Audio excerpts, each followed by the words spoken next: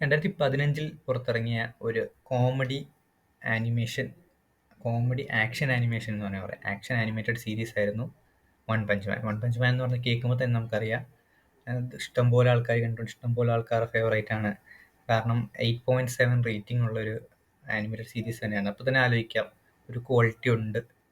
ഒരു കഥ പറയുന്ന രീതി എന്ന് വെച്ചാൽ തന്നെ ഒരു കോമഡിയും ആക്ഷനും കൂടെ കലർന്ന രീതിയിലാണ്. കാരണം ഒരു സ്പൂഫ് ആണോ എന്ന് ചോദിച്ചാൽ ഇടയ്ക്കൊരു സ്പൂഫ് പോലെയും, ഇടയ്ക്കൊരു എന്താ പറയുന്നത്, ഒരു ഭയങ്കര കോമിക്കലായിട്ടും, ഇടയ്ക്കൊരു നല്ല ആക്ഷൻ സീൻസ് എന്നൊക്കെ വെച്ചാൽ അന്യായ ആക്ഷനാണ്. കാരണം വൺ പഞ്ച് മാനത്ത് ആ ഒരു ക്യാരക്ടർ അത്രയും സ്ട്രോങ് ആണെന്ന് പറഞ്ഞാണ് നമുക്ക് കഥ തുടങ്ങുന്നത്. ഒറ്റ പഞ്ചിൽ ഏതൊരു വില്ലനെയും തോൽപ്പിക്കാൻ പറ്റും എന്നുള്ളൊരു കോൺസെപ്റ്റാണ് ഇവിടെ ഇറങ്ങിയിരിക്കുന്നത്. ഇതിൻ്റെ 2 സീസൺസ് ഇറങ്ങി, 24ഓളം എപ്പിസോഡ്സ് ആണെന്ന് തോന്നുന്നു ഇറങ്ങിയത്. ഇനി ഒരു 3ാമത്തെ സീസൺ ഉടനെ തന്നെ വരുന്നത്. അത് ഭയങ്കര ബ്രഹ്മാണ്ഡ സീസൺ ആയിരിക്കും എന്ന് ഉറപ്പാണ്. കാരണം അത്രയധികം ഫൈറ്റുകളും ഒക്കെ ഉള്ളൊരു സീസൺ എന്നാണ് പറഞ്ഞത്. അപ്പോൾ ഈ ഇറങ്ങിയ 2 സീസൺ തന്നെ ഭയങ്കര സൂപ്പർ ഫൈറ്റുകളും ഇതൊക്കെ ഉണ്ട്. നമുക്ക് കണ്ടിട്ടില്ലാത്തവരാണ് തീർച്ചയായിട്ടും കാണുക. സൈത്താമ എന്ന മെയിൻ ക്യാരക്ടർ വൺ പഞ്ച് മാൻ.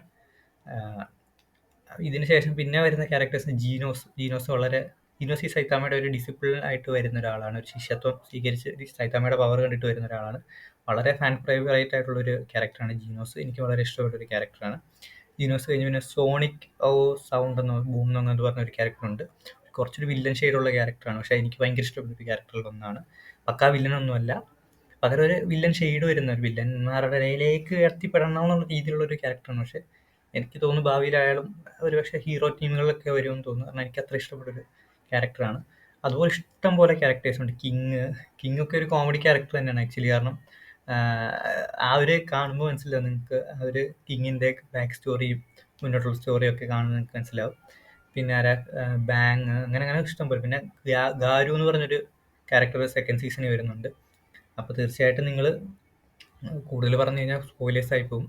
അതുകൊണ്ടാണ് പിന്നെ അധികമായിട്ട് പറയാത്ത. ഈ ഒരു സീരീസ് കണ്ടിട്ടില്ലെങ്കിൽ തീർച്ചയായിട്ടും കാണുക. കണ്ടവരാണെങ്കിൽ തീർച്ചയായിട്ടും അതിനെപ്പറ്റി കമൻറ്റ് ചെയ്യുക. നിങ്ങൾക്ക് ഇഷ്ടപ്പെട്ട ക്യാരക്ടർ ആരാണ്, നിങ്ങൾക്ക് ഇഷ്ടപ്പെട്ട എപ്പിസോഡ്, അല്ലെങ്കിൽ നിങ്ങൾക്ക് ഇഷ്ടപ്പെട്ട ഏതൊരു ഇവൻറ്റുകൾ, അങ്ങനെയൊക്കെ പറഞ്ഞ് നിങ്ങൾക്ക് കമൻറ്റ് ചെയ്യാവുന്നതാണ്. അടുത്തൊരു വീഡിയോ ആയിട്ട് കാണുന്നവരെ ബൈ.